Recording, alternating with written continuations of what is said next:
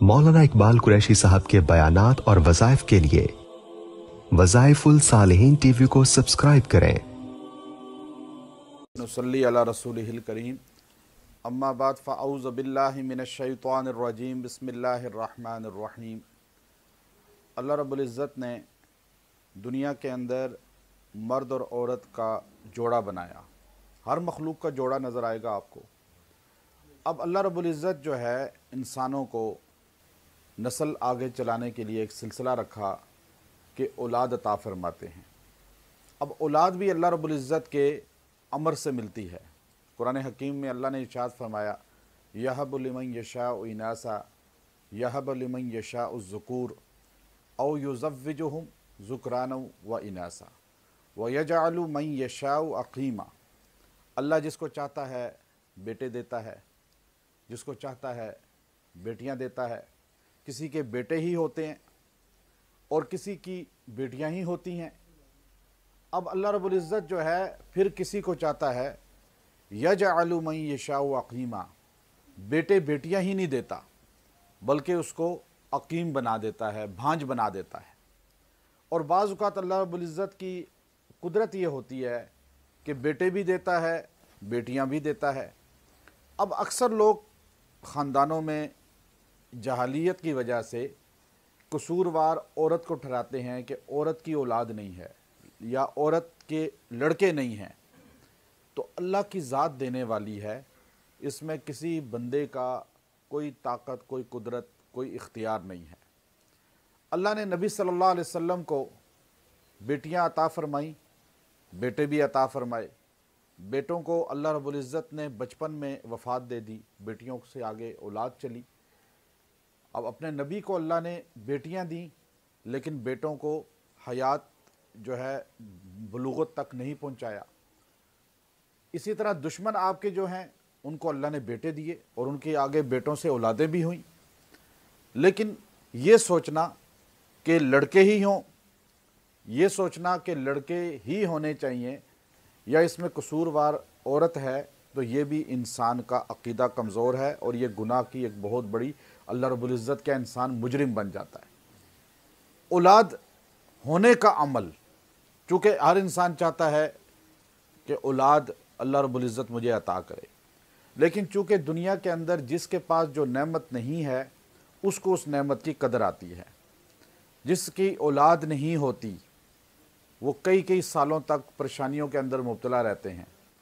तो अल्लाह रब्बुल इज़्ज़त जो है फिर उसको औलाद अता फरमा दे तो वो इंसान कितना खुशी का उसका ठिकाना नहीं होता, कितना खुश होता है वो। हज़रत सारा अलैहिस्सलाम को अल्लाह रब्बुल इज़्ज़त ने 90 साल की उम्र में, इब्राहीम अलैहिस्सलाम 100 साल की उम्र के थे, बेटा अता फरमाया।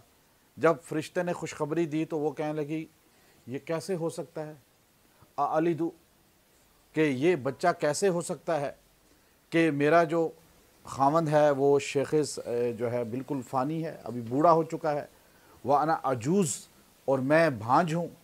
तो फरिश्ते ने कहा कि इंशाअल्लाह ऐसे ही होगा अल्लाह की कुदरत से। अब वो हैरान थी, खुशी के आलम में उन्होंने ये जुमला कहा। इसी तरह हज़रत ज़करिया अलैहिस्सलाम को अल्लाह ने उस वक़्त बेटे की खुशखबरी दी जब वो बिल्कुल शेख फ़ानी हो चुके थे। उन्होंने अल्लाह से बेमौसमी जब वो देखे फल वहाँ पर, तो आपने अल्लाह से दुआ की, या अल्लाह जब मरियम अलैहिस्सलाम को बेमौसमी फल मिल सकते हैं तो मुझे बेमौसमी औलाद, यानी मेरी उम्र ही नहीं है, कैसे क्यों नहीं मिल सकती। मांगना अल्लाह से चाहिए, अल्लाह के दर पे। अब देखिए औलाद के लिए एक तो ये है कि इंसान अल्लाह के दरवाज़े पे बार बार मांगता रहे, दर को ना छोड़े। हमारे यहाँ अजीबो गरीब जो है रसूमात में इंसान मुब्तला हो जाते हैं। औलाद नहीं है जी, अब फ़लाँ जगह जाके ये लटका दें, फ़लाँ जगह जाकर ये कर लें, ऐसे ऐसी जगहों पे जाता है, अक़ीदा बिल्कुल ख़त्म हो जाता है, ख़राब हो जाता है और जाके शिरकिया कामों में पड़ जाता है। औलाद तो होगी अल्लाह के अमर से, अल्लाह के हुक्म से। नबी 100 साल तक औलाद नहीं हुई, अल्लाह के दरवाज़े को नहीं छोड़ा। क्या इब्राहीम अलैहिस्सलाम हमारे लिए हुज्जत नहीं है? हज़रत ज़करिया हमारे लिए हुज्जत नहीं है? उन्होंने तो जाके किसी दर पे जाके कोई चीज़ नहीं चढ़ाई, कोई ऐसा काम नहीं किया जिससे अक़ीदा ख़राब हो जाए। हमारे यहाँ तो फ़ौरन जो है ना मोहल्ले की औरतें मशवरे देने शुरू हो जाती हैं تو پھر عورت خامد کو کہتی ہے جی فلاں جگہ جا کے یہ ہوگا وہ ہوگا یہ، اب وہ ایسی رسومات میں پڑھتے ہیں کہ عقیدہ ہی ختم ہو جاتا ہے۔ اب بت سے ہندو مانگتا ہے اسے مل جاتا ہے، تو اس کا یہ مطلب نہیں بت نے دیا، دیتا تو اللہ ہے لیکن اس نے اپنا عقیدہ خراب کر لیا۔ اب زکریا علیہ السلام، ابراہیم علیہ السلام، دو نبیوں کے واقعے قرآن میں ہیں۔ اللہ نے 100 سال کی عمر میں اولاد دی۔ قرآن حکیم میں اللہ نے جو ہے ایک آیت ایسی رکھی ہے جس کو اگر کوئی بے اولاد جوڑا کثرت سے پڑھے، اور ہمارے پاس چونکہ اکثر آتے ہیں، ہم ان کو چونکہ اثرات جناتی بھی ہوتے ہیں، ہمارے ہاں چونکہ دعاؤں کا اہتمام نہیں ہے، واش روم کی دعا، کھانے کی دعا چھوڑ دیتے ہیں، پھر وہ اٹیک کرتے ہیں جناتی اثرات، عورت کو زیادہ جلدی اس کا حملہ ہوتا ہے۔ تو ان کا چونکہ ہم پہلے بتاتے ہیں تو جی آپ کا میڈیکلی کوئی مسئلہ نہیں، اب وہ جیسے ہی تھوڑا سا پانی پیا، دم کا یا قرآنی آیات پڑھی، اللہ رب العزت نے عمل سے فوراً اثرات ختم کیے، تو اللہ سبب بنا دیتے ہیں اولاد کا۔ چونکہ ہمارے ہاں یہ معاشرے میں جناتی معاملات کثرت سے ہیں، بے اولادی کا سبب یہ بنتے ہیں۔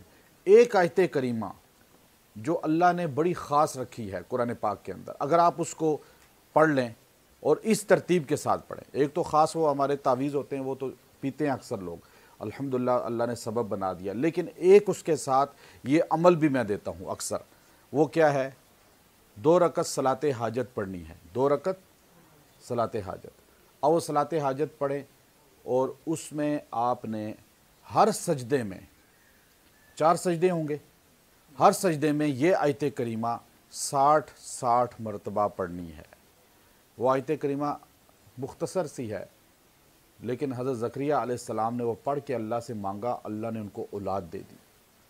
ربی لا تذرنی فردا وانت خیر الوارثین۔ اب یہ آیت مختصر 60 مرتبہ ہر سجدے میں پڑھنی ہے۔ ربی لا، آپ پڑھ لیجئے، تذرنی فردا وانت خیر الوارثین۔ یہ مجبور آدمی جب پڑھتا ہے نا اس آیت کو، اللہ اس کے لیے دروازے کھول دیتا ہے۔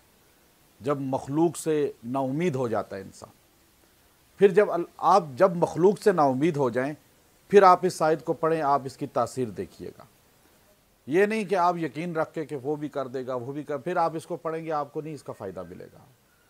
آپ یکسوئی سے جب آپ کا یقین اٹھ جائے، اب کوئی کچھ نہیں کر سکتا اللہ کے علاوہ، بس پھر آپ اللہ پہ یقین رکھ کے جب اس کو پڑھیں گے تو آپ یہ جملہ کہیں گے، ربی لا تذرنی فردا، اے اللہ تو مجھے اکیلا نہ چھوڑنا، اب تو میرا بن جا۔